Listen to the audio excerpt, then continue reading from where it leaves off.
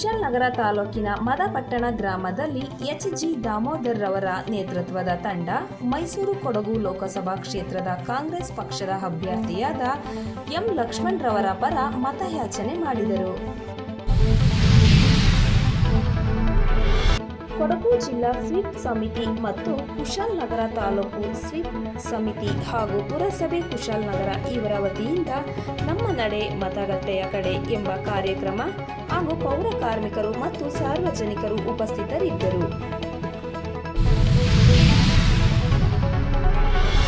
ಮಹಾಸಂಪರ್ಕ ಅಭಿಯಾನದ ಅಂಗವಾಗಿ ಕೊಡಗು ಜಿಲ್ಲೆಯ ಕುಶಾಲನಗರ ತಾಲೂಕಿನ ಕೂಡಮಂಗಳೂರು ಶಕ್ತಿ ಕೇಂದ್ರದ ವ್ಯಾಪ್ತಿಯ ಬೂತ್ಗಳಾದ ಕೂಡಮಂಗಳೂರು, ವಿಜಯನಗರ, ಕಿತ್ತೂರು ಭಾಗದ ಬಿಜೆಪಿ ಕಾರ್ಯಕರ್ತರು ಬಿರುಸಿನ ಪ್ರಚಾರದಲ್ಲಿ ತೊಡಗಿಸಿಕೊಂಡ ಕ್ಷಣಗಳು. ದೇಶದಲ್ಲಿ ಮತ್ತೆ ಬಿಜೆಪಿ ಗೆದ್ದರೆ ಸಂವಿಧಾನ ಬದಲಾವಣೆ ಖಚಿತ, ಸುಧೀಂದ್ರ ಕುಲಕರ್ಣಿರವರ ಹೇಳಿಕೆ. ಕುಶಾಲನಗರ ಪಟ್ಟಣದ ಖಾಸಗಿ ಮಹಾಲಕ್ಷ್ಮಿ ರೆಸಿಡೆನ್ಸಿ ಸಭಾಂಗಣದಲ್ಲಿ ಬಿಜೆಪಿ ಪಕ್ಷದ ಎಸ್ಟಿ ಮೋರ್ಚಾದ ಕಾರ್ಯಕರ್ತರ ಸಭೆಯಲ್ಲಿ ಮೈಸೂರು ಕೊಡಗು ಲೋಕಸಭಾ ಚುನಾವಣೆಯ ಅಭ್ಯರ್ಥಿಯಾದ ಯದುವೀರ್ ಒಡೆಯರ್ ಅವರು ಹಾಗೂ ಪ್ರಧಾನಿ ನರೇಂದ್ರ ಮೋದಿ ಅವರನ್ನು ಬೆಂಬಲಿಸುವಂತೆ ಪ್ರಮುಖ ಬೀದಿಗಳಲ್ಲಿ ಮತ ಪ್ರಚಾರವನ್ನು ಮಾಡಿದರು. ಕುಶಾಲನಗರ ಟೌನ್ ಪೊಲೀಸ್ ಠಾಣಾ ವ್ಯಾಪ್ತಿಯ ಹೋಟೆಲ್ನಲ್ಲಿ ಕ್ಯಾಶಿಯರ್ ಆಗಿ ಕೆಲಸ ಮಾಡುತ್ತಿದ್ದ ಸಂತೋಷ್ನ ಕೊಲೆ, ಸಿಕ್ಕಿಬಿದ್ದ ಆರೋಪಿ. ನಮ್ಮ ಮನೆಗೆ ನಾವೇ ಯಜಮಾನರಾಗಬೇಕು, ಚಲುವರಾಯಸ್ವಾಮಿರವರ ಹೇಳಿಕೆ. ಸಂವಿಧಾನ ಪ್ರಜೆಗಳು ಮತ್ತು ಪ್ರಜಾಪ್ರಭುತ್ವದ ಉಳಿವಿಗಾಗಿ ಬಿಜೆಪಿ ಜೆಡಿಎಸ್ ಪಕ್ಷಗಳನ್ನು ಸೋಲಿಸುವಂತೆ ಸಾಹಿತಿ ದೇವನೂರು ಮಹಾದೇವ ಅವರು ಮತದಾರರಿಗೆ ಕರೆ ನೀಡಿದ್ದಾರೆ. ಹುಣಸೂರಿನಲ್ಲಿ ಭೀಕರ ಅಪಘಾತ.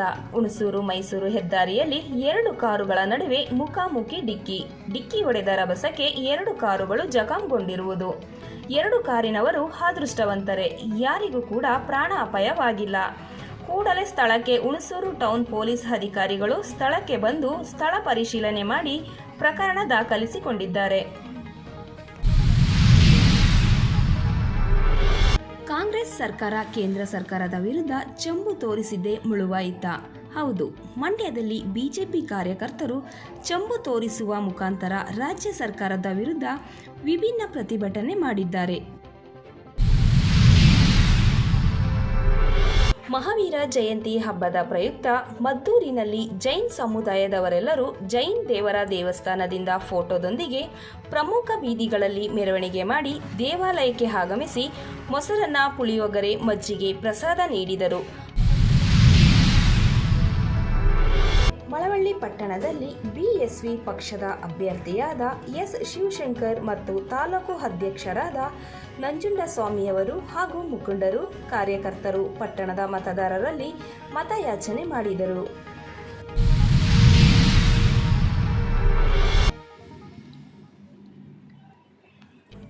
ಕೊಡಗು ಜಿಲ್ಲೆಯ ಚೀರಂಬಾಣೆಯ ಶ್ರೀ ನಾಡು ಕಾಲಪಾಡಪ್ಪ ಸಂತಾನ ಗೋಪಾಲಕೃಷ್ಣ ದೇವಾಲಯದಲ್ಲಿ ನಾಳೆ ಪುನರ್ ಪ್ರತಿಷ್ಠಾಪನೆ ಬ್ರಹ್ಮ ಕಲಶೋತ್ಸವ ಕಾರ್ಯಕ್ರಮ. 1700 ವರ್ಷಗಳಷ್ಟು ಇತಿಹಾಸ ಹೊಂದಿರುವ ದೇವಾಲಯ.